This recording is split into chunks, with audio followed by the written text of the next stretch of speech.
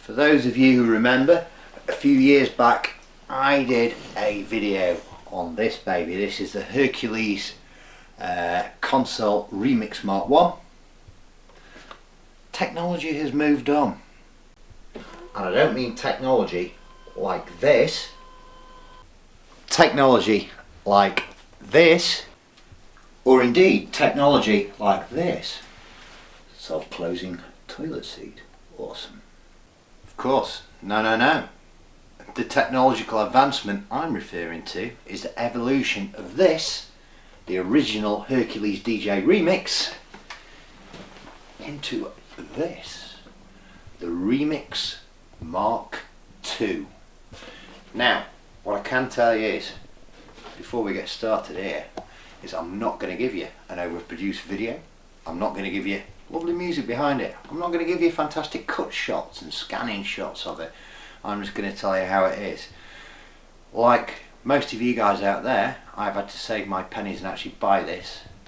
I'm not given the gear by Hercules. I'm not employed by Hercules. I am just a regular Joe DJ, and I think we're best off starting off with a comparison between the two units, the Mark 1 and indeed the Mark 2, and then we'll get into the nitty-gritty of the Mark 2. It's fair to say at this point that I'll be doing this in a two-part video. The first video, which you're watching right now, will be just a basic comparison between the two units. The second video will get a little bit more in depth into, well, basically an honest review of the Mark II. Okay chaps, so I've got the RMX Mark 1 up against the RMX Mark II, a new and improved version. I've done this for, well, a couple of reasons. One, so you can see that the footprint of the unit hasn't changed. So if you have bought the rack mount kit for this and you've got it installed in a coffin case or whatever medium you've got it installed, you'll not have to change any of that, so all is good. The other reason is so you can see the major cosmetic overhaul that Hercules have given the RMX. The most obvious thing is the jog wheels on the Mark 1, considerably smaller on the Mark 2. They're more sort of CDJ styled.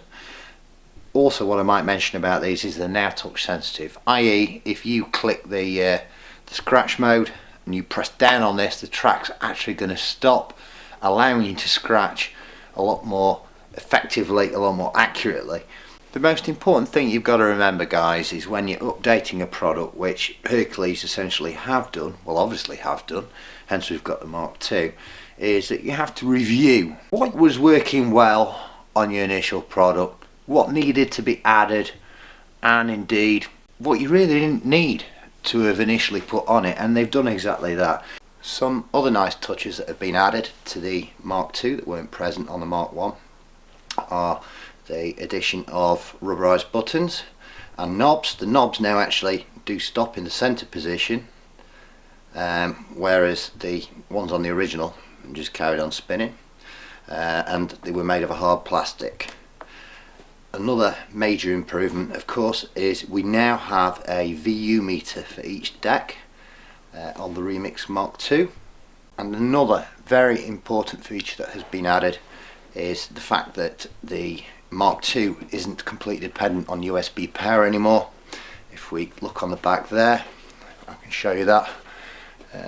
There is in fact just there the input for a power supply. So if for instance you were doing a gig and for some reason your laptop or PC went down, crashed, you have the facility to either, you know, carry on, you can talk over the mic still, or feed another source of music in through one of the two line or phono inputs, and you can carry on basically whilst you're rebooting your main system. So absolutely fantastic addition there. There are some things that have completely disappeared, however, mainly one being the pitch reset and the beat lock button that were present on the Mark 1 have disappeared on the Mark II. But hey, you're using this with a laptop or a PC, you've got to use your mouse as well. It's not something you're going to use that often if you're a mobile wedding DJ or whatever. I don't use it that often. If I need to do it on occasion, I'll just click it with a mouse. So all's good. Or indeed, if you are a very, very good mixing DJ, you wouldn't need that. You'd be doing it manually anyway, wouldn't you? The centre fader here for the master volume has actually, it's not been removed, it has been replaced by a rotary pot at the top here. The mic input, which was just a 1/4 inch jack input on the original remix, is now a combination input. You can actually plug an XLR cable into that. If you don't have an XLR cable, do not worry, you can still plug a 1/4 inch jack into that. In my mind though, one of the largest overhauls that they've actually made, one of the largest improvements, is they've removed the 6 buttons from each deck there, the multifunction buttons. They were great, but you didn't really know what they were doing. This is where they have made a massive improvement. You've now got a mode button here and an indicator which lets you know which mode you're in. So you've got loop mode, you've got effect mode, you've got sample mode, you've got Q mode, and not only have you got these guys, you've also got a shift button now below each jog wheel, which actually changes the function of those. There now is an additional rotary knob which allows you to control the volume level of any sample or jingle that you're playing using your touch sensitive velocity pads, or indeed if you're using it with an effect, it will control the modulation of that effect.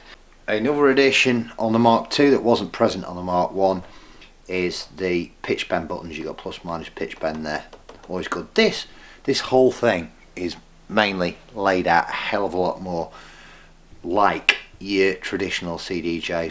Okay, there are more additions, removals and improvements on the back of the units. If I hold this up, I'll turn it around so you guys can see it the correct way around. You'll notice that you've got for outputs 1, 2, 3 and 4, you have RCA outputs, and you've also got 1/4 inch jack outputs. But on the Mark II, the outputs for 1 and 2, let's get that into focus, have been replaced by XLR outputs.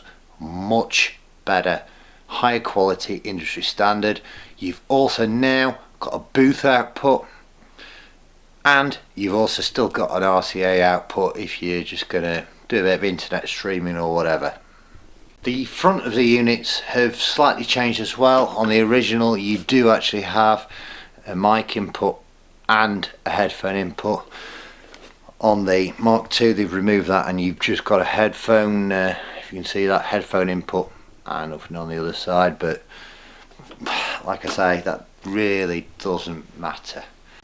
Okay, just to give you guys an indication of what the units look like under low light and show you what the illumination systems are on both of the units, I'll start off with the Remix Mark I. As you can see, some of the touch buttons do illuminate. Your sync things will flash.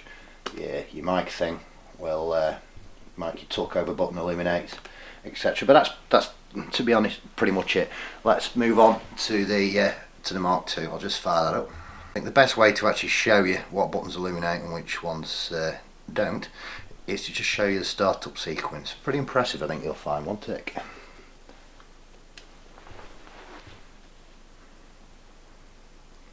So as you can see, just about absolutely everything illuminates. Okay chaps, so having drawn a comparison between the two controllers, and obviously having used the old favourite of mine, the oldie Mark I Hercules Remix, and having just sampled the delights of the Mark II, you're probably thinking to yourselves, well, is it worth the extra money? Because it is extra money now. You can pick up a Mark I at a bargain basement price, but is it worth it? Here's what I have to say to you. If you're on a budget, then buy the Mark I. It will not let you down. It's solid, it's robust, it does exactly what it says on the tin. No shame in that.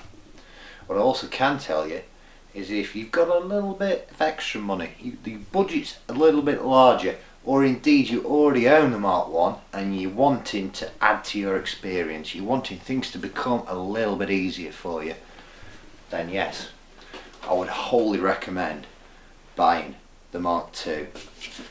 Okay, like I've said, this is the first part of a two-part video. In the next video you're going to see, we're going to take a look at the Mark II and we're going to put it through its paces, practice and indeed enjoy.